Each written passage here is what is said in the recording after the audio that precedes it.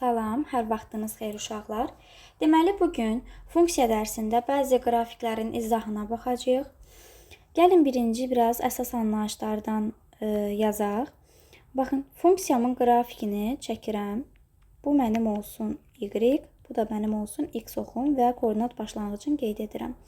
Burada biz yadımızdadır ki, o y adlanırdı ordinant oxu, o x adlanırdı absis oxu.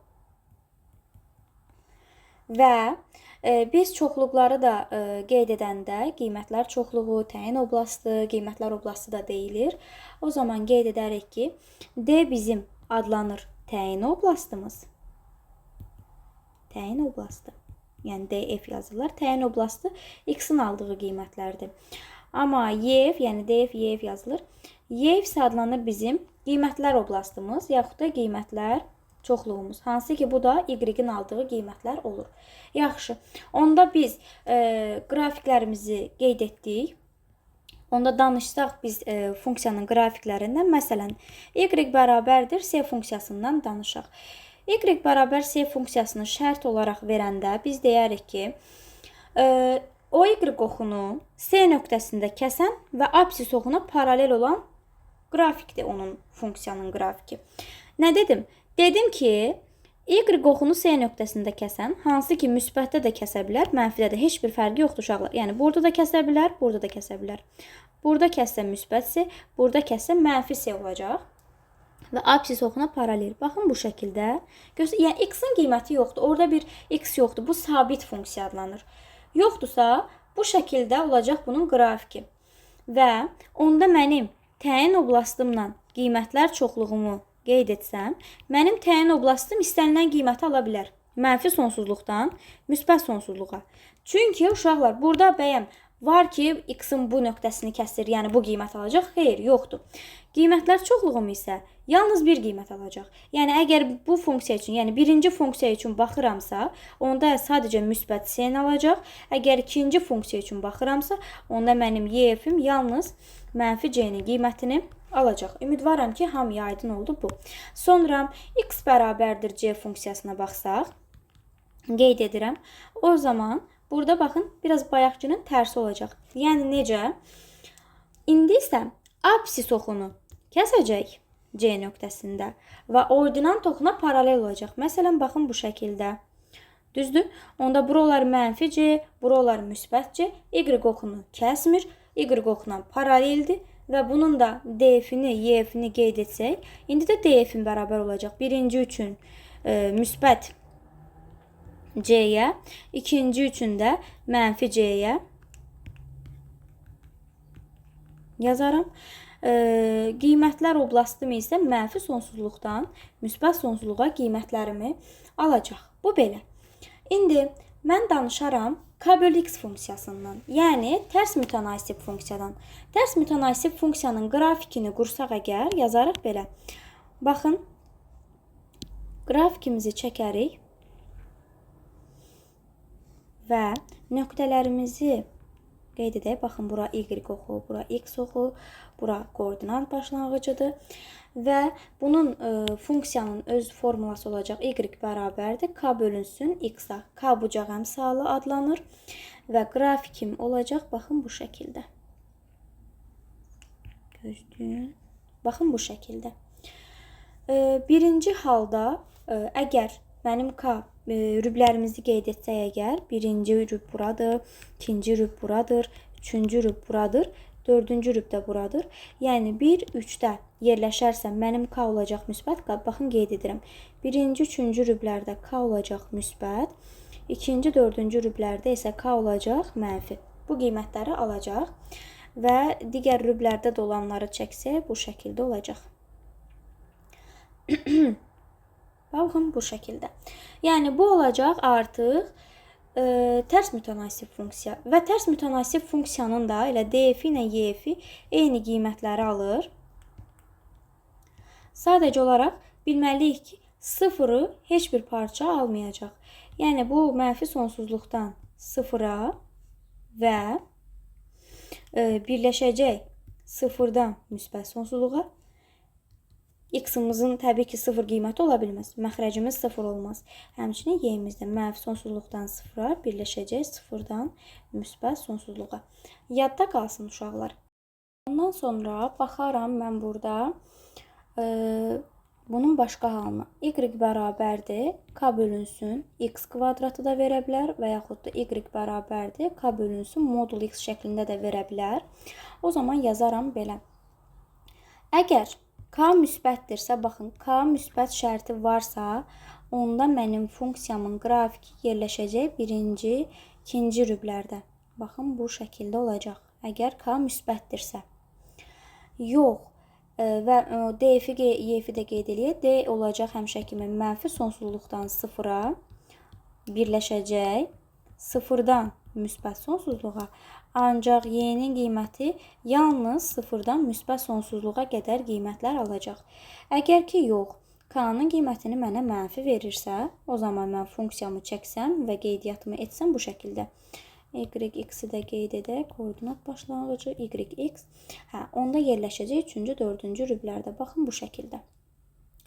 O zaman mən qeyd edərəm, yenə də D mənfi sonsuzluqdan 0-a birləşir 0-dan müsbət sonsuzluğa qiymətlər alır. Y isə mənfi sonsuzluqdan 0 qiyməti.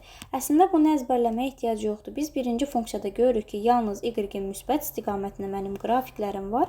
Deməli 0-dan müsbət olacaq. Amma burada isə mənfi də var. Deməli mənfi sonsuzluqdan 0-a kimi qiymətlər alacaq. Bu belə. İndi danışarıq kökaltı funksiyadan. Y bərabərdir. Məsəl üçün a kök x funksiyası verib. Biz bu funksiyadan danışanda yenə də a-nın rüblərinə baxacağıq və bilirik ki, baxın, kök altında x verib cüt dərəcədəndir və x nə ola bilməz? Mənfi ədəd ola bilməz. Onda mənim qrafiklərim deməli bu rüblərdə yerləşə bilməz. Yəni ikinci, üçüncü rübdə mənim qrafikim ola bilməz. Çünki orada x-in qiymətləri nədir? Mənfidir. Düzdür? Onda mənim qrafiklərim olacaq bu şəkildə. Baxın. Əgər a müsbətdir deyirsə, yəni k da ola bilər. Kx olsun. Müsbətdir deyirsə, onda biz deyərik ki, bizim d-imiz də y-imiz də bərabərdir. 0-ı da alır müsbət sonsuzluğa. Y-imiz də həmçinin 0-dan müsbət sonsuzluğa. Əgər ki, yox, a-mızı mənfi veribsə, indi burada a-nı qeyd edək. Bu şəkildə yenə funksiyamı çəkərəm və qeydiyyatımı etsəm bu şəkildə olacaq. Baxın, artıq mənfi qiymət alır. Kökaltı olacaq bu şəkildə. Və yenə də mənim x-larımın qiyməti 0-dan müsbət sonsuzluq olacaq. Amma y isə mənfi sonsuzluqdan 0-a qədər qiymətlər ala bilər. Bu da belə. Bunları da yadda saxlayın bu şəkildə. Ondan sonra modul x funksiyasına baxsaq, məsələn, y bərabərdir a modul x funksiyası. Yenə də mən artıq funksiyamı qeyd edərəm. Modul x funksiyamı bu şəkildə olacaq. Bu da hansı halda olur? Əgər a müsbətdirsə, birinci və ikinci rüblərdən keçəcək. Əgər ki, yox, mənə a-nın qiymətini mənfi veribsə, o zaman bu keçəcək 3-cü və 4-cü rüblərdən. Baxın buradan. 3 və 4-dən keçəcək və qiymətlər oblastı, təyin oblastını yazsaq, təyin oblastın burada da və digərində də mənfi sonsuzluqdan müsbət sonsuzluğa qiymətlər alır. Yəni bunun qrafikə baxanda görürük uşaqlar. Y isə birinci halda yalnız alacaq 0 daxil müsbət sonsuzluq, ikinci halda isə y bərabər olacaq mənfi sonsuzluqdan 0-a. Yəni gözün mənfi istiqamətdədir, burada da müsbət istiqamətdədir.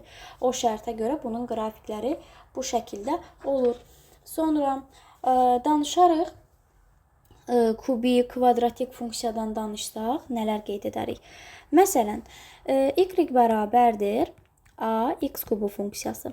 Ax kubu funksiyası hansı funksiyadır? Uşaqlar, bax, yenə də a-nın qiymətinin müsbətliyinə və mənfisinə baxacağım. Artıq rüblərim dəyişəcək. Yaxşı olar ki, uşaqlar, siz qulaq asasınız. Ondan sonra yenidən qaydaya baxıb qulaq asıb təkrar eləsəz daha qəşəng olar. Y bərabərdir ax kubu funksiyası. İndi mən qeydiyyatımı etsəm, baxın bu şəkildə və bu şəkildə.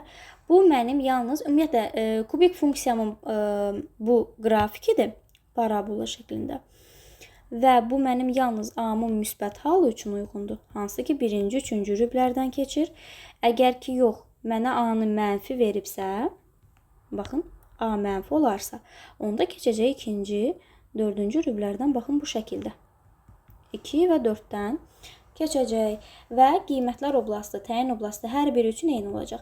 Mənfi sonsuzluq, müsbət sonsuzluq, digərində də həmçinin mənfi sonsuzluq, müsbət sonsuzluq. D-nin də, Y-nin də aldığı qiymətlər eyni olacaq uşaqlar. Çünki bir sərhəd yoxdur burada ki, bu qiyməti ala bilməz. Sonra danışarıq kvadratikdən. Müqayisə eləyə baxın. İndi isə kvadratik funksiyaya baxıram. AX kvadratı. Burada baxın,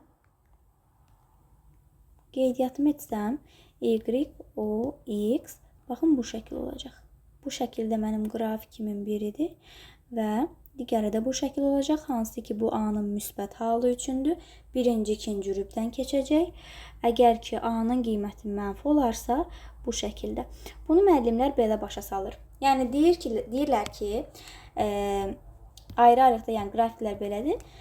Deyirlər ki, əgər A müsbətdirsə, qollar yuxarı olacaq, A mənfidirsə, qollar aşağı olacaq. Yəni, bu qaydaya əsasən. Bunu çox vaxt belə izah ediblər deyə uşaqlar elə bilirlər ki, elə bu belədir. Amma uşaqlar, yəni, hər birinin belə deyək də, ayrıca öz yeri var. Bu da A-nın mənfi halı üçündür.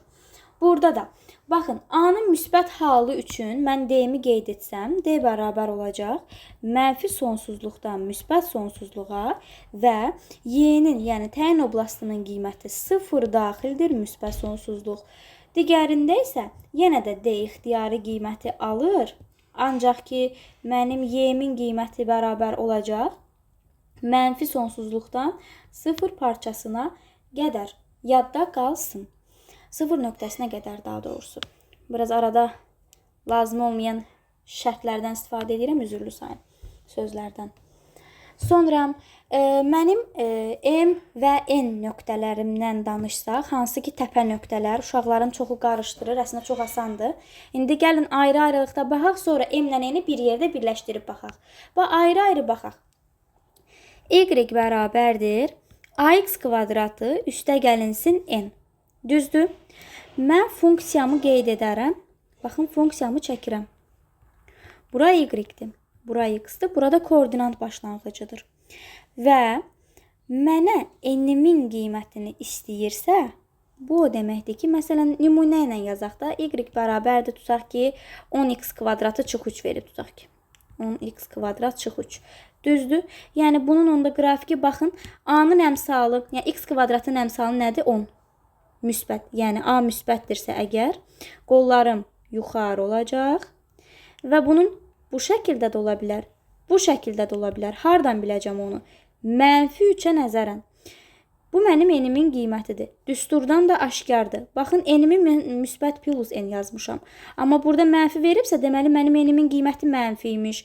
Onda bu şəkil yazaram. Bu nöqtəm olacaq nə? Mənfi 3 nöqtəsi, yəni N-imin nöqtəsi olacaq.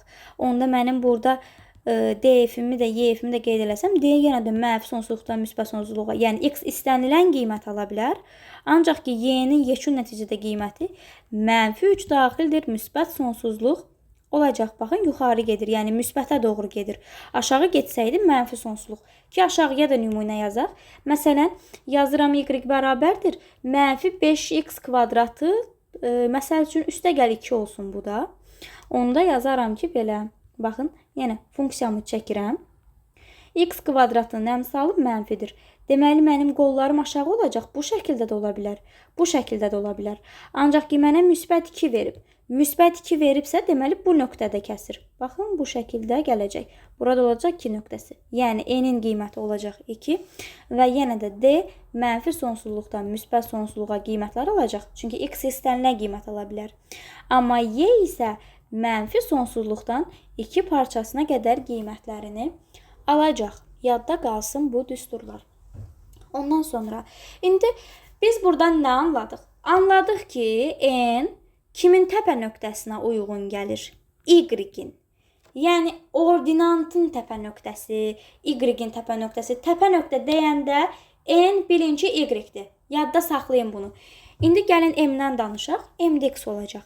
Bunun düsturu necədir? İndi bunları birləşdirib verəcəm. A vurulsun, x çıxılsın m-in kvadratı, düzdür? Deməli, x burada kimə uyğun gələcək? M-ə uyğun gələcək. İndi mən yenə də funksiyamı qeyd etsəm. Çəkdim. Yazıram belə. Məsəl üçün, baxın, toxunub keçəcək uşaqlar. İndi mən bunu toxundursam qəşəng olacaq, bacarsam əgər. Üzürlü say, mən biraz şəkil qabiliyyətim pisdir. Baxın, toxundurdum. Yəni, bu nöqtə M nöqtəsinə uyğun gəlir uşaqlar. Bu M deməkdir. Məsələn, nümunə ilə yazsaq, yazaram ki, 2 vurulsun, tutaq ki, x çıx, bu nöqtəyə kimi uyğun gəlir? 2 yazaq, amma yeni olmasın da 4 yazaq. Düzdür?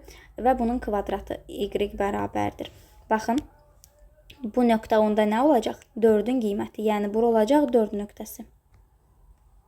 Və A da müsbət idi. A-nın qolları deməli yuxarı olacaq. İndi məsəl üçün mən buna baxsam, tutaq ki, mənfi qiymətinə baxsam.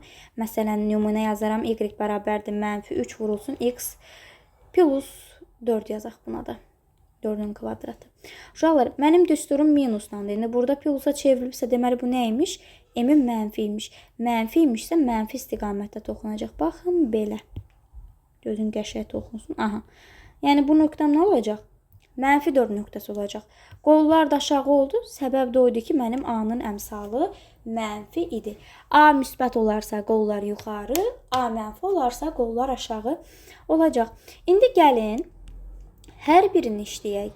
Hər birini indi burada birləşdirsək, y bərabərdir.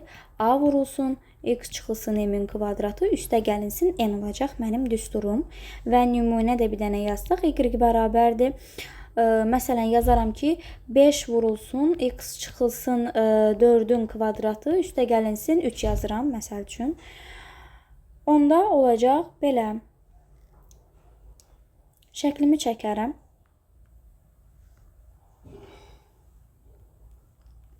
Bura y, bura x, bura da o. A-nın əmsalı müsbətdir, deməli qollar yuxarı olacaq. Amma baxın, mənfi 4. Mənfi 4-dürsə, ki, belə bir funksiya olacaqmı görəsən? Olar yəqin ki. Olar. Yəni, baxın, 4 və elə bir ki, bunu əslində belə göstərsək daha yaxşı olar. Gəlin, başqa bir funksiya yazım. Məsələn, yazım ki, 2 vurulsun, x plus 2-nin kvadratı minus 3. Onda birləşdirmək daha rahat olacaq. O birlərin də işarələrini dəyişə bilərdim. Fərqi yoxdur, əslində o birlərin də işarələrini dəyişə bilərdim. İndi bunu yazdım. Baxaq. Bax, x A-nın əmsalı müsbətdirsə, qollarım yuxarı olacaq. Gəlin, koordinatdan keçirtməyək bunu, belə yazaq. Və mənim y-im nədir? N-im mənfi 3-dür. X-im nədir? Mənfi 2-dir. Yəni, bu nöqtədədir. Onda bunları birləşdirsək, baxın, bu şəkildə gətirərik. Yəni, bu nöqtə olacaq onların təpə nöqtələri. Yəni, baxın, məsəl üçün, başqa bir qrafikdə yazıram. Məsələn, belə versin tutaq ki. Belə versin tutaq ki. Yəni, buradan elə bir ki, gələcək. Bax, yenə də qrafik üzərində qurmaq lazım. Yəni, nə demək istədiyimi anlayırsınızmı, uşaqlar, bilmirəm. Yəni, M-ni qeyd edirsiniz. Baxın, bu nöqtə onların elə bil ki, M-lə N-in ortağı olur. Ümidvaram, başa sala bildim. Ümidvaram ki. İndi, ümidvaram anladınız. Başa düşməyənlər yazar mənə. Bir qrup şəxsdə də başa salaram, narahat olmayın. Sonra, bu belə. Birləşdirdik, başa düşdük. Mən bu testlərdən, nümunə testlərdə işləyərəm, onda daha yaxşı başa düşərik. İndi keçək kvadratik funksiyaya. Kvadratik funksiya nədir? Y bərabərdir ax kvadrat üstə gəlinsin bx üstə gəlinsin c funksiyası verib bizə. Və burada baxın, sizə deyəcək təpə nöqtələrini tap. Yəni bu tip düsturlarda, bu tip funksiyada çox vaxt onları istəyir. Təpə nöqtələr m və n-dir. Mənfi b bölünsün 2a, n də bərabərdir. 4ac çıxılsın b kvadratı bölünsün 4a. Çox vaxt müəllimlər bu düsturu qarşıda mənfi yazıb işarəni dəyişib yazırlar. Mən elə yazmıram uşaqlar, çünki mənfi yadınızdan çıxa da bilər. Yəni qoyun oturmuşuq yerimizdə. Tövsiyə eləmirəm elə öyrənməyinizi də. Və bəli, bunu istəyə bilər. O da ki, bu düsturları da fərqli şəkildə verir. Məsələn, bir dənə də düsturumuz var. Y bərabərdir. A vurulsun, x çıxılsın, x1, x çıxılsın, x2 düsturu da var. Hansı ki, bu da uşaqlar bilirsiniz hansı halda olur. Məsələn, tutaq ki, belə.